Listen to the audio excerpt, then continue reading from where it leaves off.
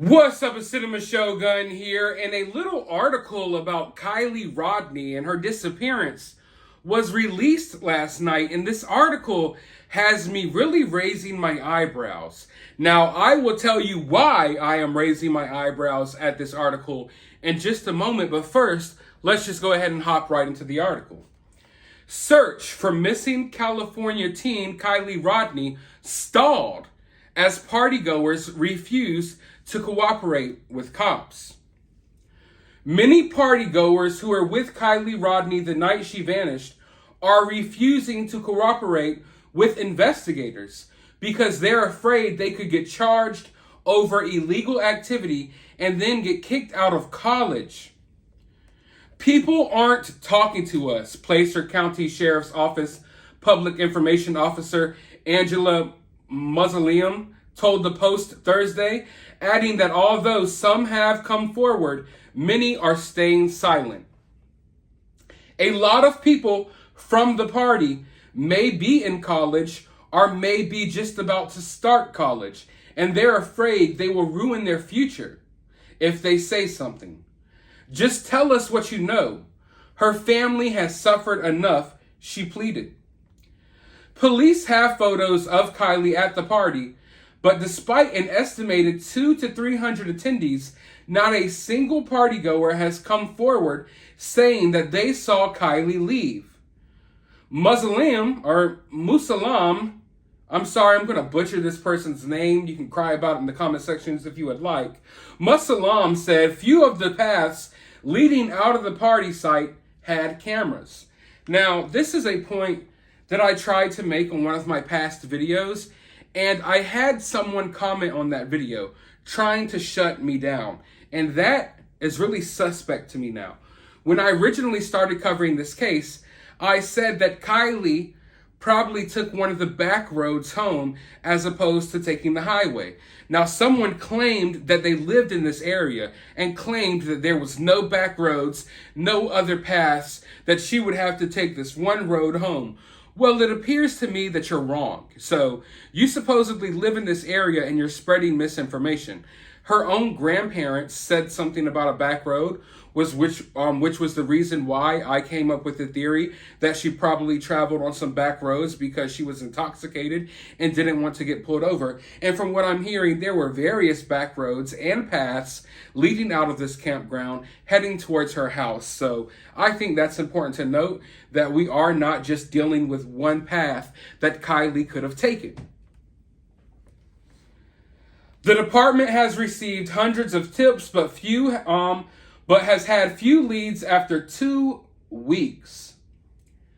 While we don't condone that illegal activity for the purpose of this search and investigation, that is not our priority.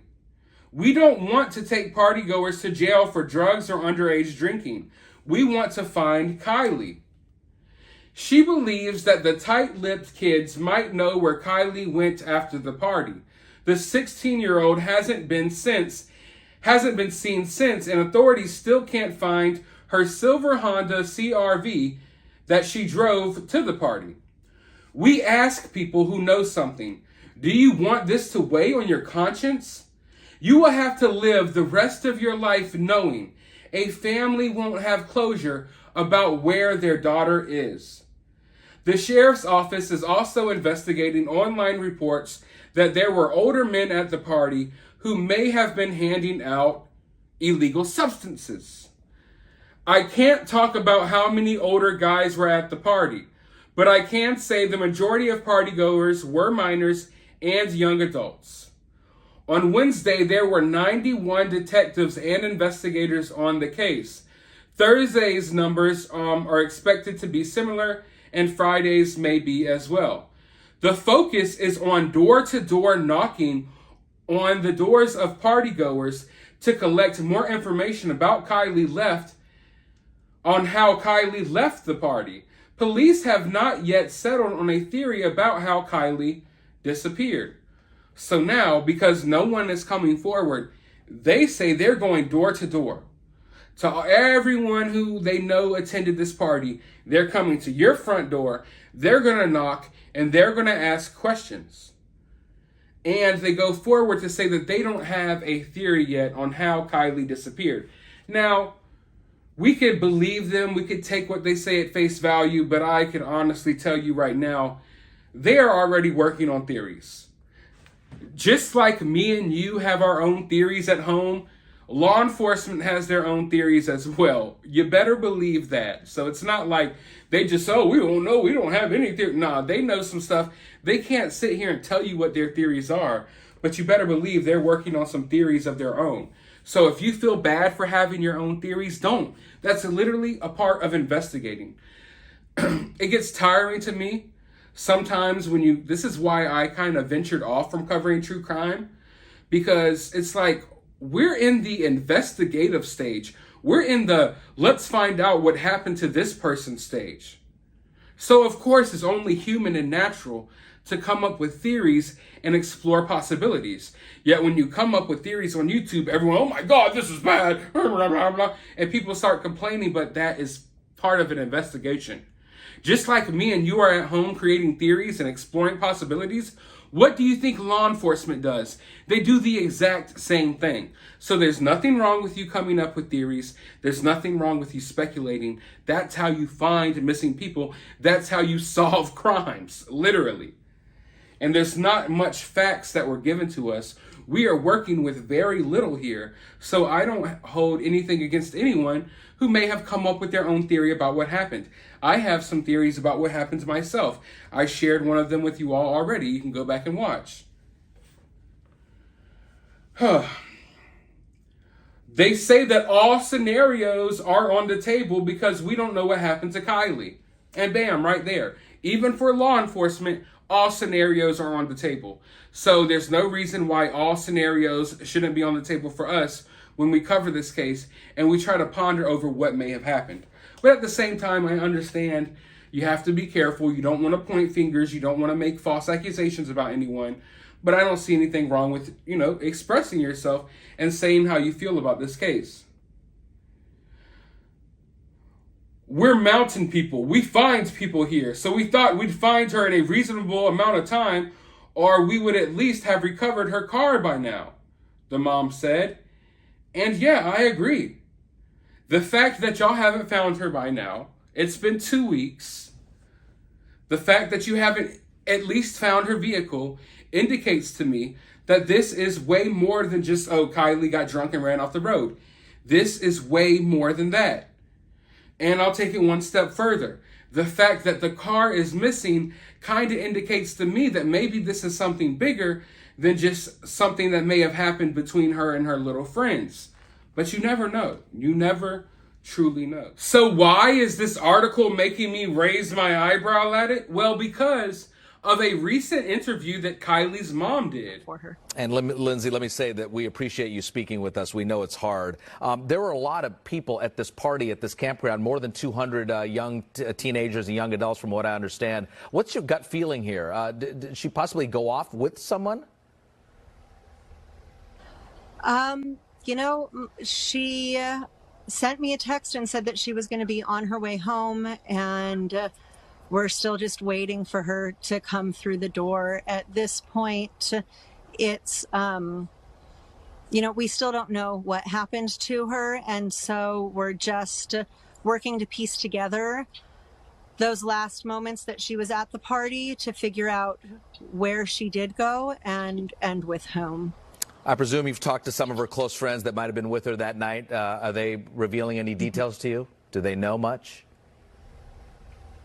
Her friends who were there with her at the party have been nothing but so cooperative and so courageous in coming forward and sharing their stories. And we have such a love for all of her friends and are really appreciative of them working so hard and not compromising, but just being so open to work with everybody and being so honest to share everything that they do now. Well, you have a lot of support and love and prayers here in the Bay Area as well. One final question. We look forward to having you back on the program after you reunite with Kiely.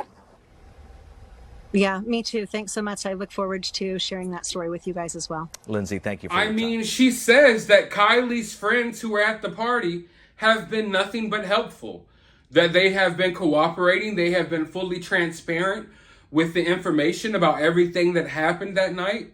So I can't help but feel like there is a little rift or a disconnect here between Kiely Rodni's family and law enforcement.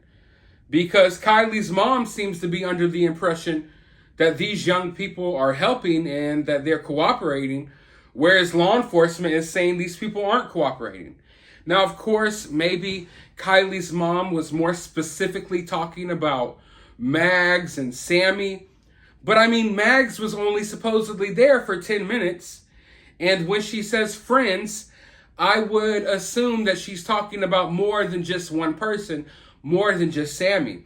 So I'm under the impression that Kiely's mom maybe feels as if, or is being told, or maybe just thinks as if people are being more cooperative than what they really are being. Because law enforcement seems to be telling a different story. Law enforcement says they are stalled on this investigation because no one is saying anything. And I would believe that for them to be so stalled in this investigation, that means that a lot of the information that they're getting from Mags and Sammy and Kiely's little friends, it's not as helpful as it should be. And you would think that Sammy would have all of the information in the world, because originally Sammy was basically saying that these two, that her and Kiely were tied at the hip, that they were together all night. They went to the car and did this, they did that and did that. Yet when it comes down to, okay, well, what happened here and what happened there? Then it seems like Sammy starts distancing herself from Kiely at the event. It went from, oh, we were together all night to, oh, we separated and then we would see each other every now and then. The story has really shifted a little bit. And I would wonder that when the police are saying no one's cooperating with us, are they talking about Sammy as well? Because just because she's telling information doesn't mean that she's cooperating, because if it's not real information and not helpful information, then what can you really do with it? I am not here to place any blame on Sammy. I'm just saying that I feel like there's a disconnect here between law enforcement and the other people who are searching for Kiely. Maybe law enforcement isn't being fully honest with Kiely's mom about what a tough time they're having getting information. I don't know, but it's just an obvious disconnect there, because what you hear from Kiely's mom and what you hear from law enforcement is two totally different stories. And I more so believe law enforcement. Kiely's mom is surrounded by a bunch of people from that community that are probably trying to make her feel better. They're instilling a false sense of hope within her. She's got Sammy and Kiely's little friends in her ears 24/7. So to her, maybe she's under the impression that this is going a little better than what it is. But law enforcement straight up saying that no one's cooperating. No one's telling them the truth. No one's really even talking. And they think it's because these kids are scared about their future in college. And I'm not so sure about that. Let's just be completely honest here. And kids from this area, if you're watching this, listen. A college is not going to just, oh, you can't come here because you went to a party. No. Just because you went to a party does not mean you're going to get kicked out of college. In fact, college is like 90% partying. Let's just be real. I'm sure some of you all went to college and you sat down like a bookworm and you did what you were supposed to do. But a whole hell of a lot of people go to college and just party their ass off. If you think this little party in the woods with a bunch of 16-year-olds was wild, wait until you get to college. I can assure you that these colleges will look at this party and laugh at it, because they have way crazier parties happening on their campus every single day. Literally, people are paying hundreds of thousands of dollars a year, taking out student loans to do nothing more than party. So many young kids are having their parents just spend buku amounts of money to send them off to college, and all they do is go party. And then they come home with a degree that they can't even use, and then they wind up getting a job doing physical labor that has nothing to do with the degree that they went to college to get. Because the reality is, a lot of college is a scam, and a lot of college is just partying. So no, I just want you all to believe, I just don't want you all to believe that just because you attended a high school party that you're not going to be accepted in college. No. And I don't necessarily think that all of these kids believe that. Yes, I do believe that there's some kids there that are going to be scared to talk about what happened because there's a lot of illegal stuff going down. That sounds very believable, and I understand that. Yes, I do believe there's some kids there that may be scared about their future, may be scared about, a college no longer wanting them if they get caught up in some stuff. I believe that as well. But I also believe there's a concerted effort not to talk about what happened at this party because someone went missing from this party. At the end of the day, the cops already know about this party. Apparently everyone damn near in the whole world knows about this party now. So it's not like it's this big secret. It's not a secret that underage people are at this party drinking. It's not a secret that underage people are at this party doing this and doing that. It happens at underage parties all across the globe.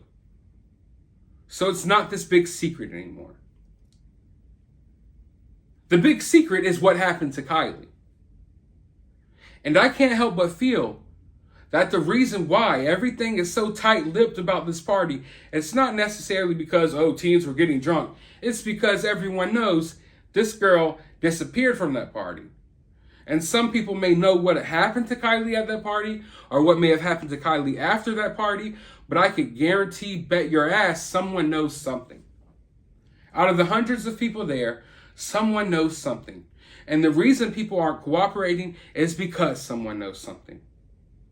I can guarantee you all, word is spreading like hot fire around that area. Young people talk, especially when you're in a small town, a small community, everyone talks.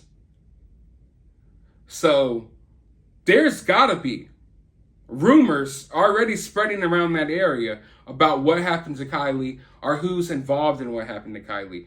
You bet your ass there are rumors spreading like wildfire around that area already. Yet everyone's being really tight-lipped. Not many photos, not many videos, not many people from this party coming forward. When I'm looking at these search parties for Kiely Rodni, I'm noticing that there's not a lot of teenagers there, despite the fact that there's teenagers like spearheading this whole entire thing. There's not many teenagers there. I find that weird. I find it weird that Mags and Sammy, two young women, as well as some of their other little friends, can't influence other young people to come out there and search. Think about it. As a young guy, why wouldn't you want to go hang out with Sam and Mags and a bunch of other little girls and walk around the woods? As a young guy, that sounds like a perfect time, a perfect thing to do, right? Yet not even dudes or no one's coming to really help Sammy because I feel like everyone's off put by Sammy. Maybe people are scared of her. I don't know. I just feel like this young 18-year-old girl, along with other 18-year-old girls, they would have more influence over some of the young kids at that school. And, more of their friends would come. And at the very least, maybe some guys would come. They have a crush on them. Something, but it's really nothing. It's obvious that the young people in this community, they don't want nothing to do with this situation at all. Why is that? I mean, personally, if a kid went missing from my school or a kid went missing from the same party I was at, I would really want to get to the bottom of that. I understand everyone doesn't have that same mentality, but for me, I would feel really weird about it. Like, damn, this could happen to me next.